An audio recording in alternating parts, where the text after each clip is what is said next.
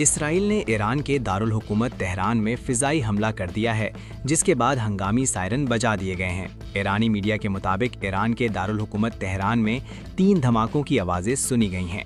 Media reports के मुताबिक Israeli वजीर दिफा ने कहा है कि हमने ईरान पर हमला कर दिया है। हमले के बाद तेहरान में शदीद धमाकों की आवाज़ सुनी गई। रूसी मीडिया ने भी दावा किया है कि ये फिजाई हमला इसराइल की जानिब से किया गया है। दूसरी जानिब ईरानी मीडिया का कहना है कि धमाकों की वजह अभी तक मालूम नहीं की जा सकी है।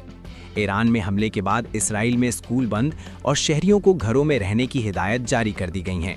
इसराइली वजीर दिफा ने भी ईरान पर हमले की तस्दीक करते हुए कहा है कि हमने तेहरान पर हमला किया है, ईरान पर पेशगी हमले शुरू किए हैं। ईरानी मीडिया का बताना है कि मुतअद्दिद मिसाइल तेहरान में यूनिवर्सिटी रोड और जमहूरी एरिया पर गिरे।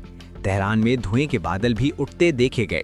इसराइली वजारत दिफा का कहना है कि इसराइल भर में स्कूल बंद कर दिए गए हैं, आवाम को घरों से ही काम करने की हिदायत जारी की गई है और अवामी इज्तिमाआत पर पाबंदी आयद कर दी गई है।